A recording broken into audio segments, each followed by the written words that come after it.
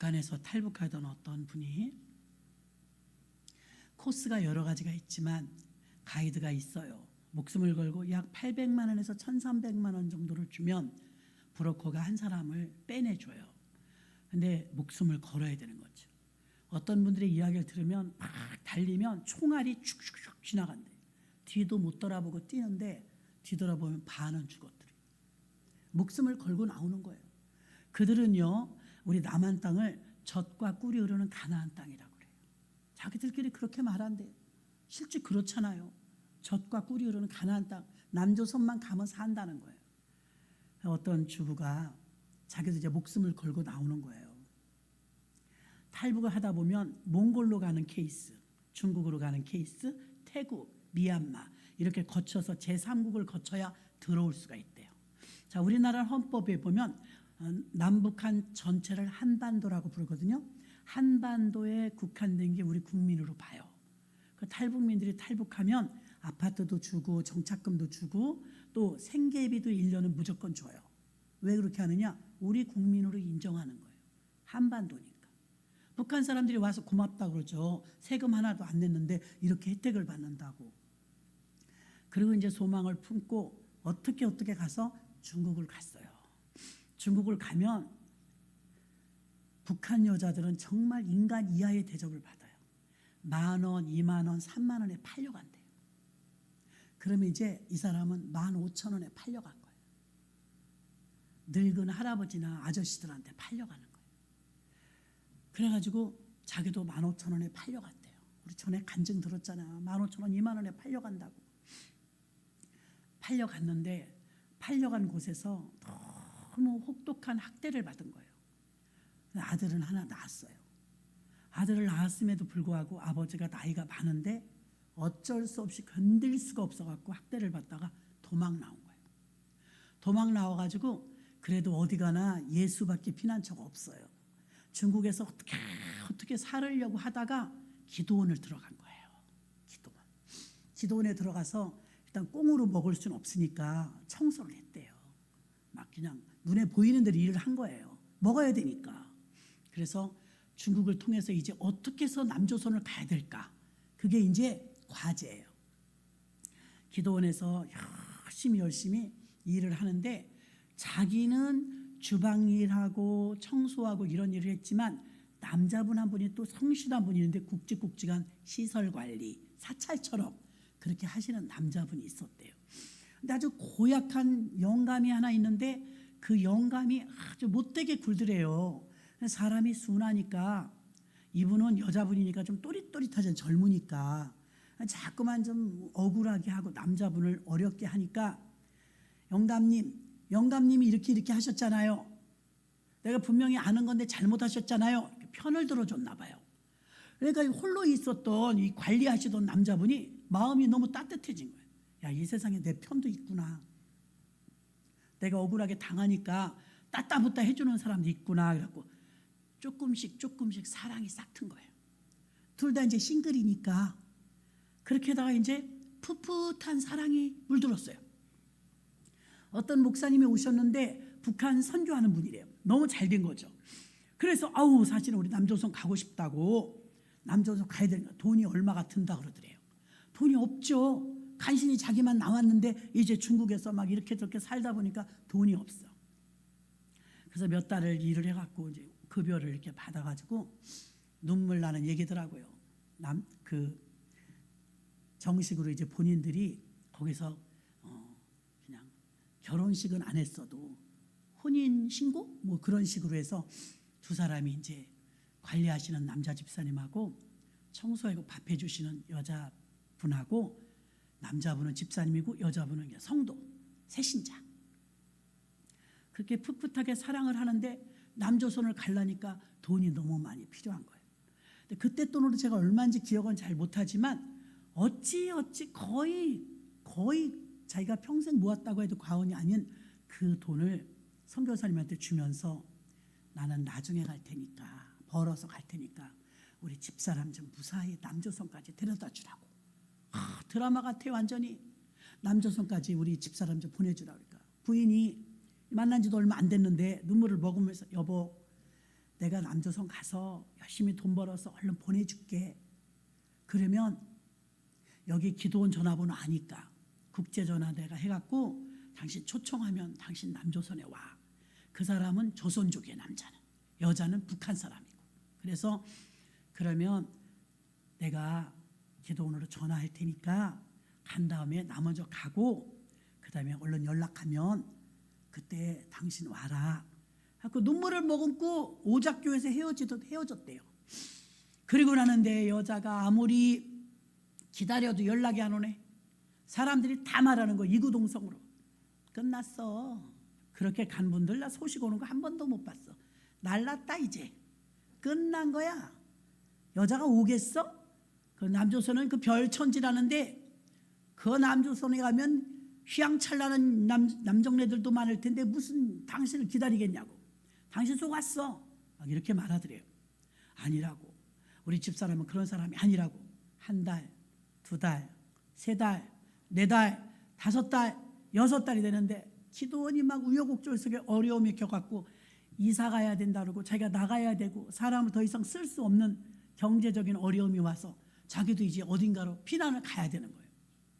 가야 되는데 고집을 부리고 안 가더래요. 왜 안 가냐고. 우리 집사람이 전화할 거라고. 핸드폰이 없으니까. 전화할까 봐 못 가는 거예요. 나 월급 안 줘도 좋다고. 나 여기서 있게만 해달라고. 경제적으로 어려우니까. 그래서 몇 달을 기다렸다더라. 거반 1년이 다 되도록 기다렸어요. 한편 여자는 어떻게 됐느냐. 아니 그게 순탄하지가 않더래요. 아무리 돈을 주고 브로커를 선교사님을 통해서 오는데도 어떻게 그 미얀마에 가게 됐대. 미얀마에서 수사를 받게 됐고 걸렸다네요. 걸리니까 체류되어 있으니까 감옥에 가 있으니까 연락을 못한 거예요. 그 남조선에 못 오고 미얀마에서 체류되어 있었던 거예요. 그러다가 세월이 어떻게 재판받고 어쩌고 저쩌고 해갖고요. 미얀마에서 우여곡절 속에 기도를 얼마나 했나 보는데 믿음도 없는데 무사히 하나원에 왔대요. 남조선에 온 거예요. 하나원에서 3개월인지 한 달인지 교육이 있다네요. 그러면 하나원에서 교육을 받고 그 다음에 너는 인천을 갈래, 서울을 갈래, 부산을 갈래 거기서 정하나 봐요. 자기는 그래도 인천이 좀 가까울 것 같더래요. 아는 사람이 있어서는 아니고 나는 인천으로 가겠다. 그 인천으로 오셨대요. 인천으로 오셔갖고 하나원에서 나와갖고 아파트를 여기 받아가지고 드디어 전화를 한 거예요. 전화를 띠릭 국제전화를 하니까 여보시오 나 누구래요. 숨이 딱 끊어지는 것처럼 남자가 눈물 없이 들을 수가 없더라고요. 살아있나? 물어본 거예요. 네 살아있다. 내 사연이 많다. 내가 바로 남조선 올 줄 알았는데 미얀마를 가갖고 잡혀가지고 그 감옥에 있다가 돌고 돌다 정말 죽을 고생 다 해서 나 간신히 한국에 왔다. 나 이제 자리 잡아서 주민등록증도 나오고 여기 국민 됐다. 당신 초청할 수 있다. 오라. 내 간다. 아유. 근데 이제 그분이 중국에 잠깐 같이 있을 때 기도원에서 돈이 너무 없었대요. 이 남자분은 정말 알뜰살뜰해. 자기가 거의 평생 모은 걸 여자를 보낸 거예요. 근데 거기서는 공안이 많으니까 북한 사람 잡히면 바로 북한이래요. 죽는 거래요. 그러니까 막 살얼음판을 걷듯이. 중국은 북한 사람이 이분이 북한 말만 하지 중국말을 못해. 벙어리. 근데 이분은 조선족이라 중국말을 잘해. 그러니까 그 남편을 의지할까요? 안 할까요? 100% 의지하죠. 졸졸 따라다니면서 남편은 그 여자가 어디가 좋았냐 그러니까 내 편을 들어주더래. 그 이상한 영감탱이가 하나 있는데 그 기도원에 거기서 이제 복지같이 노인 요양도 좀 했나 봐요. 그러니까 그 영감탱이가 괜히 트집을 잡는데 그래도 당했대. 맨날 당했는데 어느 날 똘똘한 여자가 나타나고 아이 영감님이 잘못한 거 아니에요. 이 사람이 뭘 잘못했어요. 이제 편을 들어주니까 이 세상에 내 편을 들어주는 사람이 있다 싶으니까 막 올인하는 거예요. 올인. 이상한 마음을 가졌던 게 처음이 아닌데 예수 안에서 새신자 대하듯이 너무 잘 만난 거예요. 교회 그 기도원의 원장님이 둘이 그냥 막 서로 의지하고 살아라. 그래서 결혼이 된 거예요. 결혼을 했는데 여자가 이제 말을 못하니까, 중국말을 못하니까 다 물어보고, 여보 이건 어떻게 해야 돼? 저건 어떻게, 저 사람이 뭐라 그러는 거야? 여러분 외국 가보신 분은 알지만 언어가 안 통하면 너무 힘들거든요. 다 남편을 의지하는 거야. 이것도 해줘 저것도 해줘. 그냥 손이 발이 되도록 여자가 일을 해서 돈을 100% 남편을 다 갖다 줬대요. 왜? 자기한테 평생 모은 돈을 다 써서 남한테 보내준 게 그 마음이 고마운 거예요. 그래서 벌어서 열심히 벌어서 남편을 계속 준 거예요. 남편을 또 까먹진 않았더라고요. 돈을 차곡차곡 모았어요. 제가 말하려고 하는 것은 그분이 저한테 그래요. 목사님, 집사람이 변했어요. 왜 변했어요? 나만 의지하고 나만 찾고 나만 사랑했었는데 지금은 내가 없어도 돼요. 지금은 오히려 내가 집사람 눈치를 봐요. 남조선에 오니까 먹을 것도 많고 집도 좋고 돈도 잘 벌고 우린 돈도 많아요. 그런데 나한테 더 이상 안 물어봐요. 집사람이. 아유, 당연하죠. 지금 말이 통하는데 중국에서는 중국말을 부인이 못했을 거 아니에요. 못했죠. 벙어리였죠. 그러니까 의지할 수밖에 없었고 지금은 상황이 다르잖아요. 지금은 남편보다 부인이 돈도 더 잘 벌고 더 젊고 또 한국말 다 통하니까 도와달라고 할 필요도 없어. 그런데 남편의 마음속에는 아무리 가난해도 어떤 때가 제일 행복했어요. 그러니까 나 중국에서 제일 행복했어요. 부인하는 말, 난 지겨웠다. 그때 제일 힘들었다. 중국에서 제일 힘들었다는데 남편의 마음속에는 제일 행복했대. 왜 차이가 날까요?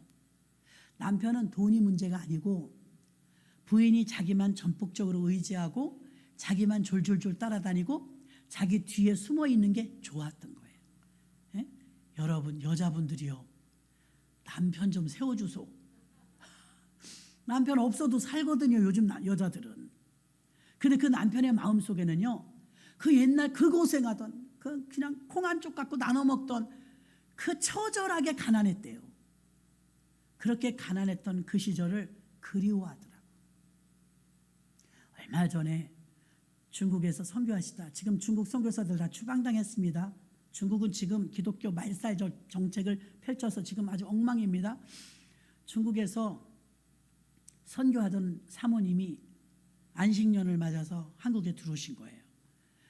한국에 오면 하고 싶은 거 많잖아요. 여의도 순복음교회 철야 예배도 가보고 싶고 오살리 기도원도 가서 막 기도도 하고 싶고 막 하고 싶은 게 많잖아요. 외국에서 오면. 그래서 오살리 기도원도 가고, 대한민국에서 전 세계에서 제일 크다는 교회가 5교회가 다 있으니까 금남교회도 가보고 광림교회도 가보고 신난 거예요, 이 사모님이. 근데 이제 극동방송에 나와갖고 간증을 하는 거예요. 제가 라디오에서 들은 거예요. 사모님, 중국에서 선교할 때 무엇이 제일 어려웠어요? 예, 목숨 걸어야 되니까 어렵죠. 언제 죽을지 모르니까 어렵죠. 아, 그래서 한국에 지금 안식년을 맞아서 오셨는데 그래도 또 가실 겁니까? 가야죠. 중국은 목숨 걸어야 되는데 또 간다는 거예요. 사모님의 말씀이 지금도 제가 잊혀지지가 않아요. 저는 안식년이 끝나지 않아도 빨리 준비해서 또 갈 겁니다. 그래서 왜요? 그랬더니 저는 중국에 있을 때 한국에 너무 오고 싶었어요.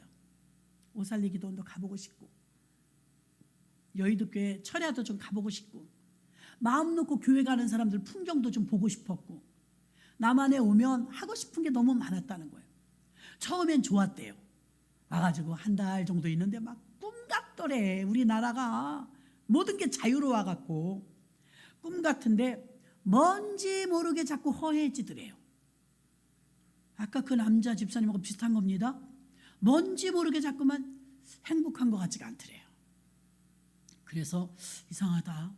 내가 지금 하고 싶은 거 다 하는데 왜 행복하지 않지? 내가 원하는 게 다 됐는데 왜 내가 지금 만족하지 않지? 생각을 해봤는데 중국에서 자기가 결론을 얻은 거예요. 중국에서 있을 땐 살얼음판이었대요. 언제 죽을지 모르는 거예요. 그러니까 매일 너무 간절하게 기도, 하나님 오늘도 지켜주세요. 오늘도 살려주세요. 오늘도 주님과 동행하게 해주세요. 하루도 빼놓지 않고 기도를 했대요. 여기 오니까 늘어지는 거 이제. 그런 기도를 할 필요가 없어요. 아무도 안 잡아가니까. 예수 믿는 거 핍박이 없으니까. 처음엔 너무 좋았는데 야, 남조선 이 대한민국 사람들은 정말 좋겠다. 교회 다니는 거 자유로워서 정말 좋겠다. 우리 정말 자유롭잖아요. 근데 그 선교사님이 어느 정도 지나니까 나는 하나님을 만날 수가 없어요. 하나님이 안 만나주는 게 아니고 내가 간절하질 않아요. 절박하질 않아요. 그래서 중국에서는 절박하지 않을 수가 없다는 거예요. 하루도 편히 잘 수가 없다는 거예요. 그 긴장하는데 안 가시면 편하지. 몸은 편한데 하나님이 느껴지지 않으니까 이건 지옥입니다. 하나님이 느껴지지 않으니까 이렇게 행복하지가 않습니다. 그래서 자기가 고백했대. 주님, 난 주님 한 분이면 행복해요. 주님만 있으면 돼요. 거기가 몽골이 되었든 북한이 되었든 중국이 되었든 나는 주님 한 분이면 됩니다. 이렇게 말씀을 하고 하나님께 기도한 거. 하나님, 제가 이제 가겠습니다. 다시 중국으로 언제 죽을지 모르는 그 긴장감 속으로 나는 다시 들어가서 하루도 하나님의 도움이 없이는 살 수 없는 그 땅에서 하나님의 도움을 받으며 살랍니다. 그 마음의 신앙 안에는요, 난 주님 한 분만으로 행복해요. 주님 한 분만으로 만족해요. 이게 있는 거예요. 그러니 세월이 흘러가고 그 집사님은 중국에서 꼼짝도 못하는 아내가 말 한마디도 벙어리라서 하지 못하던 아내가 자기만 의지했을 때만 그 꿈에 살아. 지금도 나만을 생각해 줬으면 좋겠다 그래요. 꿈을 깨세요. 그리고 반대로 생각하세요. 이제 집사람이 나를 보호해 주는구나. 깜짝 놀라는 거예요. 생각을 바꾸세요. 그때 그렇게 진심한 사랑을 주었기 때문에 지금도 부인이 당신을 위해서 그렇게 사는 거예요. 부부인데 어때요? 좀 도움받으면 어때요? 남자가 덜 벌고 여자가 더 많이 벌면 어때요? 부인이 지금 해줄 수 있으니까 해주는 거잖아요. 바가지 긁나요? 바가지 안 긁어요. 근데 왜 그러세요? 그냥 내가 미안해요. 그건 당신 사정인 거예요. 부인은 그런 마음이 없어요. 부인은 당신을 사랑하고 당신을 책임질 생각을 하고 있는 거예요. 그렇대. 그러니까 집사님께서 마음을 넓게 가지세요. 이제 내가 도와줬었는데 이제 내가 도움을 받는구나.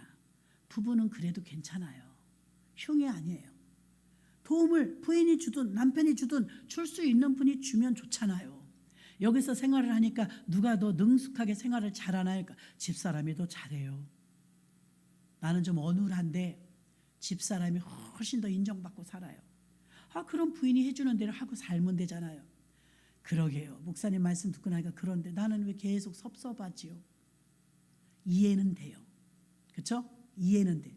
그렇다고 중국으로 돌아갈 수는 없어요. 옛날로 돌아갈 수는 없어요. 북한이 좋았냐 물어보니까 그 여자분은 아니요. 전혀요. 하루 종일 50리를 걸어서 감자를 캐는데 노동일에 투입되면 배고프잖아요. 오고 가는데 거기서 일하다가 점심처럼 감자 2알, 3알 준대요. 하루 종일 일하고 일이 끝나면 품삯을 주는데 감자 5알 준대요. 세상에. 감자 5알을 가슴에 품고요. 애들 먹이려고. 그걸 또 50일 걸어오면 배가 등가죽에 붙는데요. 그런 데가 내가 왜 가고 싶습니까? 거기는 사람 살 데가 안 돼요. 그러다 어찌하다 가보면은 친정 오빠가 죽어 있고 노인이 죽어 있고 다 죽는 거예요. 배고파서. 젊은 사람 나가서 일을 하다지. 중국 쪽에 붙어있는 그 근경의 땅에서는 감자라도 캐는 일이 있대요. 그 먼 데까지 가서 하루 종일 감자 캐는데 품삯에 감자 5알 준대요. 여러분. 우리는 막 어지간하면 버리죠. 감자 5알, 10알 조금 상하면 막 버리잖아요. 감자 5알이 하루 품삯이래요.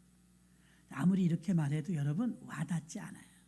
우리 너무 부유하기 때문에 와닿지 않아요. 그렇게 사는 사람들의 이야기를 들으면요 눈물 없이 들을 수가 없어요. 그러니까 생활력이 강할 수밖에 없는 거예요. 알뜰살뜰할 수밖에 없는 거예요. 여러분, 우리는 1년 동안 뒤돌아보니까 잘한 일도 있지만 잘못한 일도 있어요. 이런 생각 저런 생각 때문에 실패한 것도 있고 성공한 것도 있어요. 솔로몬은 성경에서 가장 최고의 복을 누린 사람임에도 불구하고 그는 자기가 성공했다는 생각을 못합니다. 지나간 한 해 동안 증권 투자했다 실패한 분들, 소상공인으로서 기업을 시작했는데 눈물을 머금고 실패한 분들, 실패할 수밖에 없었던 이 상황이 무지 안타깝습니다. 그렇지만 경제적 풍요만 누린다고 해서 성공한 건 아닙니다. 솔로몬은 경제적인 풍요를 누렸고 경제적인 빈궁은 누린 적이 없어요. 솔로몬은 당대 최고의 지혜자였으며 잠언 3,000마디를 말하였고 동물과 채소, 곤충, 보이지 않는 사물들까지 논할 수 있을 정도의 지식을 가지고 있었던 사람이에요. 말년에 전도서를 기록하면서 솔로몬이 뭐라고 기록하냐면 인생을 회고하기를 헛되고 헛되니 모든 것이 헛되다. 저는 예배 끝나면 이제 초상집을 갈 건데요. 그 목사님이 돌아가셨다고 하니까 놀라는 사람이 한두 명이 아니에요. 그런데 다 똑같은 말, 이구동성으로 하는 말. 진짜 덧없어요. 인생은 진짜 별거 아니에요. 왜 그렇게 아둥바둥 욕심 부리면서 사는지, 그럴 필요가 없는데 재산 정리도 못하고 가셨다고 했잖아요. 어떻게 할지 모르겠어요. 꽤 많아요. 아유, 좀 충분히 좀 쓰시지. 아주 긴축경제라고 사셨는데 저거 다 네 것이 되겠습니까? 살겠다고 외국으로 간 자식들 것 되는 거잖아요. 안타깝죠. 솔로몬은 헛되지 않은 것이 하나도 없다고 말합니다. 우리가 세상 것이 다 헛되지만 헛되지 않은 것이 하나 있으니 하나님과의 관계예요. 신앙은 헛되지 않아요. 이 세상에 헛되지 않은 건 믿음밖에 없어요. 주님밖에 없어요. 이 세상을 살면서 재산, 물질도 헛되지만 여러분, 이 세상에서 가장 헛된 것은 그동안 마음 놓고 살았던 쾌락입니다. 쇼킹했죠? 스릴이 있었죠? 재밌었죠? 그러나 쾌락은 정말 헛돼요. 솔로몬은 재물이 많아도 편히 발을 뻗고 못 자는 사람도 있다고 했습니다. 수많은 사람들이 부자가 되려고 아우성이지만 부자가 가난한 사람보다 편히 못 잡니다. 솔로몬은 부귀와 영화를 누리고도 인생이 헛되다고 말했습니다. 부유하게 하신 것은 사실은 풍성한 건 하나님의 축복입니다. 일확천금을 노리면서 한탕주의자가 되는 그런 게 아니고 수고하고 얻은 것이라면 재물과 부유함이 생기는 것은 하나님의 선물인 줄 믿습니다. 솔로몬은 이것을 알았습니다. 사람들은 또한 물질적인 것을 축복이라고 말하고 또 하나는 오래 사는 것을 축복이라고 말합니다. 90세가 넘으신 돌아가신 분들, 90세가 넘어서까지 장수하신 분들, 그분들은 정말 장수의 복을 받았습니다. 그 자녀들까지 자기 몫을 다 하고 있다면 90이 넘어 100세가 되어도 지미 카터 대통령이 100세인데 돌아가셨더라고요. 나 그분 진짜 존경합니다. 믿음이 얼마나 좋은지 몰라요. 아니, 미국 대통령들은 퇴직하고 더 좋은 일들 하거든요. 더 멋있어지거든요.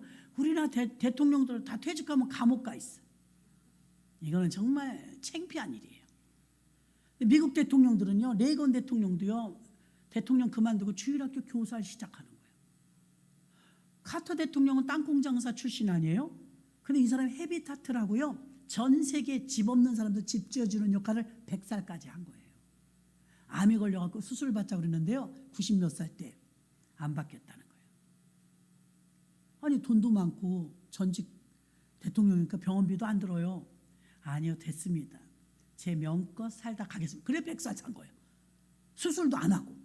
내가 병원에 가면 몸져 누워야 되지만 병원에 안 가면 한두 채는 더 지을 수 있습니다.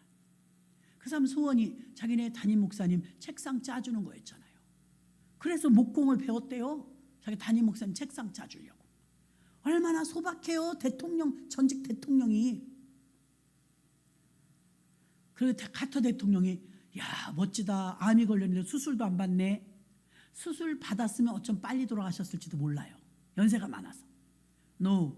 하나님이 주신 명대로 살다 가겠습니다. 내가 지금 병원 신세를 지기 시작하면 너무 오래 져야 되는데 병원에 가지 않고 죽는 날까지 나는 일하다 가렵니다 하고 집을 지으러 전 세계를 돌아다니는데 100살까지 살았으면 되잖아요. 딱 100세 돼서 돌아가셨어요. 그러니 그분이 맞았잖아요. 우리가 잘 아는 스크루지 영감이 있어요. 자린고비. 밥을 먹으면 반찬이 아까워서 굴비를 걸어놓은대. 먹었다고 치자. 쳐다보고. 그렇게 살면 안 된다는 거예요. 스크루지 영감은 모으는 재미만, 그리고 나눠주는 재미는 몰라요.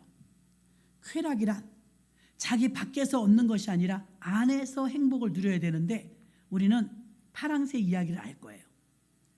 이거는 극화된 이야기지만 어떤 남매가 파랑새를 만나면 행복해진다는 거예요. 파랑새를 찾으러 가자.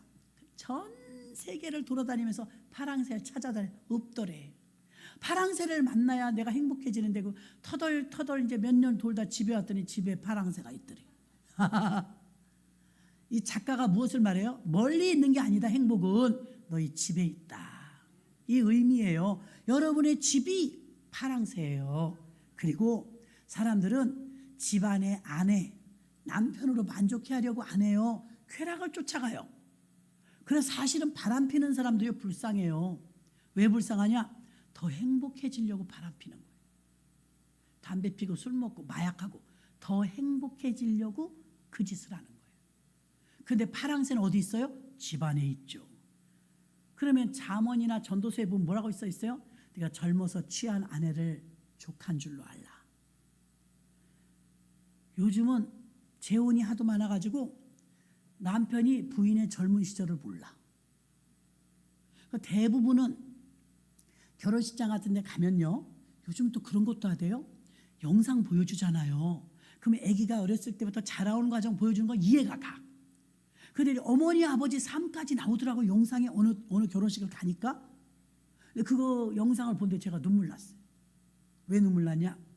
엄마 아빠가 아기를 가져서 낳아서 돌잔치, 백일잔치, 초등학교, 중학교, 고등학교, 대학교 결혼할 때까지 같은 부모가 저 코스를 밟았다는 게 이게 굉장한 일이 돼버렸구나. 이게 귀한 일이 되어버렸구나. 그건 그냥 평범한 일이었는데 이제는 그런 집이 너무 귀한 거예요. 응? 아기가 어렸을 때 아는 거. 새엄마라면 모르죠. 부인이 젊었을 때 꽃같이 예쁠 때 부인을 기억할 수 있는 남편. 저같이 뚱뚱해도 저도 날씬한 적이 있었거든요. 제가 중간에 재혼했으면 제가 날씬했던 걸 못 믿잖아요. 그런 평범했던 일들이 그것만 해도 큰일한 거구나. 큰일한 거구나. 그래서 이 작가는 파랑새라는 이 책을 통해서 하고 싶은 말은 행복은 어디 찾아다니고 밖에서 있는 게 아니라 안에서 있습니다. 너희 집안에 있습니다. 그럼 매일 보는 사람이니까 귀한 줄 몰라요. 매일 보는 그 사람이 정말 귀한 사람이에요. 교회도 마찬가지예요. 아니 맨날 보는 사람이 그 사람 얼마나 귀한 건데요. 어느 날 한 사람이 가봐. 저는 큰일 났다니까. 하나님, 나이가 들면 돌아가시는 건 당연한데 이 목사님 돌아가신 것도 힘든데요. 우리 사랑하는 권사님들 중에 초상이 그것도 일꾼들, 주일만 간신 오시는 분이 아니고 막 팔 걷어붙이고 이랬던 일꾼들의 권사님들이 어느 날 돌아가시면 생각하니까 숨이 칵 멎는 것 같아. 이거 어떻게 감당하지? 목사님 사람이 뭐 항상 죽는 거죠. 알아요. 이론은 알아. 그 충격이. 그러니까 저는 이제 이 목사님이 돌아가셨는데 저도 이제 그분을 존경하지만 그분을 가까이서 모시던 분이 있어요. 새로 지은 집인데 2층이 돌아가신 분이고 4층이 집주인이면서 그 제자 목사님이에요. 제자 목사님이 어디 멀리 가신다면 차도 운전해 드리고 반찬도 만들어다 드리고 이랬는데 그분은 지금 완전 쓰러져 있어요. 충격이 너무 커서. 자기가 119를 불렀거든요. 심정지가 와서 119를 불렀는데 이미 늦은 거예요. 혼자 사시는 분들은 그게 문제예요. 이미 늦은 거예요. 아침 식사 하는 것까지 봤는데 자기가 이제 아침 먹으려고 하다가 가서 설거지라도 해드려야 되겠다 하고 내려갔는데 침대에 떨어져 있더라고요. 얼마나 놀랬겠어요. 그때까지는 안 돌아가셨는가 봐요. 여기 거품이 막 이렇게 나더래요. 뭘 해야 될지 생각이 안 나더래요. 어떻게 해야 될지 모르더래요. 119를 전화했는데 다행히 그분이 전화 끊지 마세요. 119에서 다 알려주더래요. 핸드폰을 들리게 켜놓으시고 환자를 누이세요. 똑바로 누이세요. 자, 심장에 압력을 줘야 합니다. 그 시키는 대로 벌벌 떨면서 했대요. 근데 아니에요. 자꾸만 얼굴이 파래져요. 그러니까 침착하세요 하고 알려줬나 봐요. 119에서. 알려주는 대로 했는데 이게 힘이 없으니까 젊은이가 쾅쾅 해야 되는데 힘이 딸리니까 이게 하나도 압박이 안 됐던 거예요. 119가 왔는데 응급실에서 병원에 갔는데 이미 늦었습니다. 그랬대. 근데 이분은 자녀가 딱 딸만 둘이 있는데 딸 하나는 캐나다, 딸 하나는 미국에 있어요. 근데 마지막 작은 딸은 몇 달 전에 가셨어, 이민을. 그 저희가 마음에 아버지가 80인데 돌아가신 다음에 좀 가지. 좀 아쉽더라고요. 목사님 좀 더 있다 가라 그러세요. 그러니까 내가 젊은 애들 앞길을 어떻게 막아요. 좋은 기회가 있어서 주재원으로 가는데 너무 많이 배우고 똑똑해서 잘 나간 거예요, 애들이. 근데 그러면서도 괜찮을 줄 알았는데 애들을 다 보내고 나니까 좀 섭섭하셨는가. 이놈 자식들아 이제 아빠 죽어야 오겠구나 그랬대. 그래서 정말 돌아가시니까 오신 거예요. 너무 허무한 거예요. 그래서 이 자녀들을 금이야 오기냐 길러갖고서 성공했단 말이에요. 애들은 다 성공했어. 근데 아버지가 혼자 남게 된 거죠. 그 아버지 오세요. 미국을 갔다 오셨어요. 지난달에. 근데 여기 저 주례가 있어갖고 또 오신 거예요. 주례 맡은 게 있어서. 그게 마지막이 될 줄 몰랐다는 거죠. 그래서 그때 미국에 잘 다녀오셨네. 그렇게 해서 자녀들도 보고 오셨네. 근데 다른 목사님한테 오늘 알려드렸더니 우리 총회장님이 그래요. 목사님 너무 서운해하지 마세요. 나는 그렇게 죽게 해달라고 기도하고 있어요. 그러는 거예요. 그게 무슨 말씀이죠? 아유 자녀들도 다 살아야 되는데 지금 만약에 1년이고 5달이고 누워있다면 저 미국에 있는 자식들 그것도 어떻게 할 거예요? 자기도 생활이 있는데. 하나님이 다 알아서 하시는 거예요. 단번에 가신 건 섭섭하지만 그래도 그분은 정말 고통 없이 가신 거. 바로 천국 가셔서 이제 사모님 만날 거 아니에요. 아유 나는 부럽네요. 그러면서 나도 그렇게 기도하는데요. 심정지로 데려가시라고. 하루 이상 왜 입원하지 않게 해달라고. 깨끗하게 가게 해달라고. 나는 그렇게 기도하는데 그 목사님은 그렇게 가셨네요. 부러운 거예요. 아파갖고 막 그냥 뭐 이것저것 처치하고 고생 다 하고 돈 다 까먹고 애들 힘들게 하고 그렇게 하고 가고 싶진 않네요. 그래서 좋게 생각하자고요. 갑작스럽게 우리가 비보를 들었으니까 섭섭하긴 하지만 그래도 그분은 잘 되신 거. 이제 천국 가셨는데. 그래서 이 땅에 사시는데 외롭지 않았겠어요? 목사님이라도. 자녀들 다 가고 부인 올라가고. 근데 이 꼴 저 꼴 안 보고 아이들 고통 안 주고 바로 가셨으니까 자녀들도 생활에 너무 큰 지장 안 생기고 잘 된 겁니다. 형편에 맞게 알아서 잘 가신 겁니다. 아유 그래도 너무 급작스러워서 마음이 너무 안 좋아하니까 그렇긴 하죠. 섭섭하긴 하지만 목사님 나는요 그렇게 되게 해달라고 기도하고 있어요. 내가 천국 갈 땐 그냥 하루밖에 앓지 않고 바로 데려가 주세요 하고 기도하고 있대요. 가만히 생각하니까 몇 년을 그냥 고통 속에 있는 게 아니라 빨리 가는 것도 그분에게는 최고 좋은 거라는 거. 고통 없이 최고 좋은 거라는 거예요. 그래서 사정에 맞게 하나님이 데려가셨구나. 형편과 사정에 맞게 딱 맞게 데려가셨구나. 그 생각이 들어요. 그리고서는 돌아가신 날부터 오늘 3일째죠. 내일 발인을 한다고 해요. 그래서 바빠갖고 못 갔는데 우리 이제 여러 명 목사님들이 오늘 저녁 예배, 심야 예배들 끝나고 다 같이 가자고.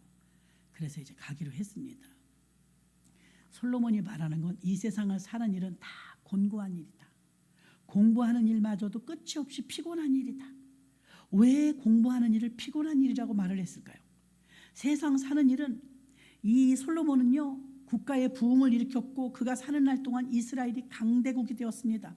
주변의 모든 나라가 솔로몬에게 와서 도움을 청하고 조공을 바치는 아주 부자 왕이었습니다. 그는 지혜자였고 그는 분쟁이 있는 모든 재판마다 재판을 능숙하게 했고 그는 젊은이들의 가슴을 찌르는 말로 훈계하며 타일렀으며 사람들을 상담하고 가르쳤으며 참 탁월한 왕이었습니다. 가르치기 위해서는 스스로 많은 생각을 해야 되기 때문에 공부해야 되기 때문에 공부해서 책을 쓰고 솔로몬은 이것을 끝이 없는 일이며 피곤한 일이라고 했습니다. 노년에 가서 자기 젊은 시절을 돌이켜보니까 너무나 피곤한 일들 뿐이었다는 거, 밤낮 공부했다는 거예요. 우리가 해석해야 될 부분도 이런 부분입니다. 세상에서 가장 힘든 일은 공부하는 일이에요. 실제로 공부하는 사람은 이구동성으로 말합니다. 사법시험을 16년 만에 합격한 사람이 이렇게 말해요. 16년 만에. 소감이 어떠십니까? 16년 만에 사법고시를 패스해내고 죽을 고생했습니다. 죽을 고생했다는 거예요. 공부는 이렇게 고생스러운 거예요.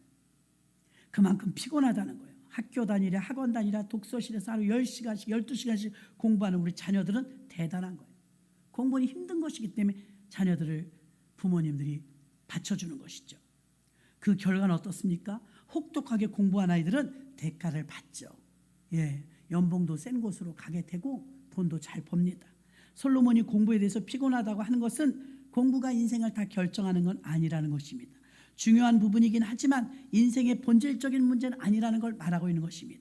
그래서 솔로몬의 마지막 말씀은요, 잠언 12장 1절로 2절, 훈계를 좋아하는 자는 지식을 좋아하나니 징계를 싫어하는 자는 짐승과 같으니라.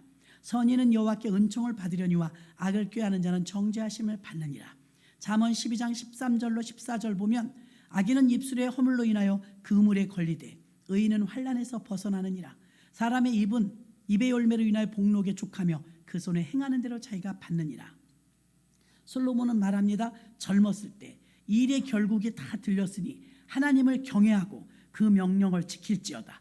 이것이 사람의 본분이니라. 하나님은 모든 행위와 모든 은밀한 일을 선악간에 심판하시느니라. 아멘. 솔로몬이 얻은 결론은 노년에 전도서를 통해서 또 12장을 통해서 인생의 황혼기에 하나님을 기억하고 소망을 하나님께 둔 자는 이 세상에서 하나님을 알고 하나님을 믿고 하나님을 따르는 자는 이 세상에서 가장 행복한 자로다.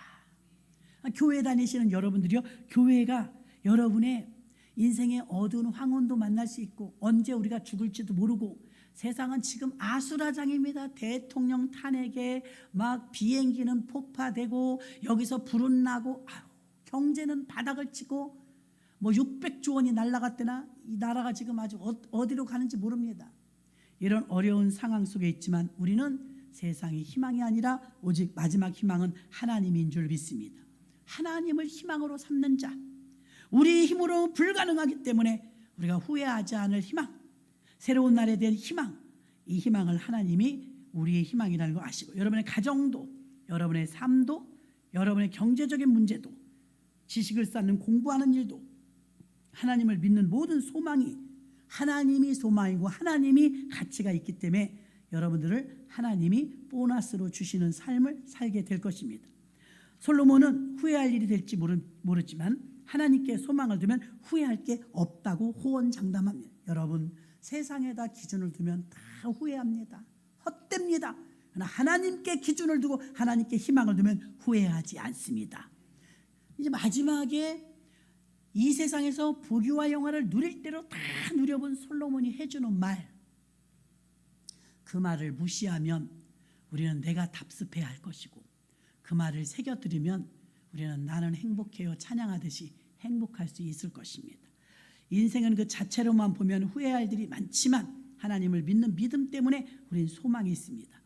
천지를 지으시고 우리를 주관하신 하나님이 우리의 소망이기 때문에 우리를 구원하시고 사랑하시는 예수님을 소망 삼으시고 2025년 새해에 여러분 모두에게 하나님이 소망이 되심으로 행복한 파랑새를 잡는 주인공들이 되시기를 주님의 이름으로 축원합니다.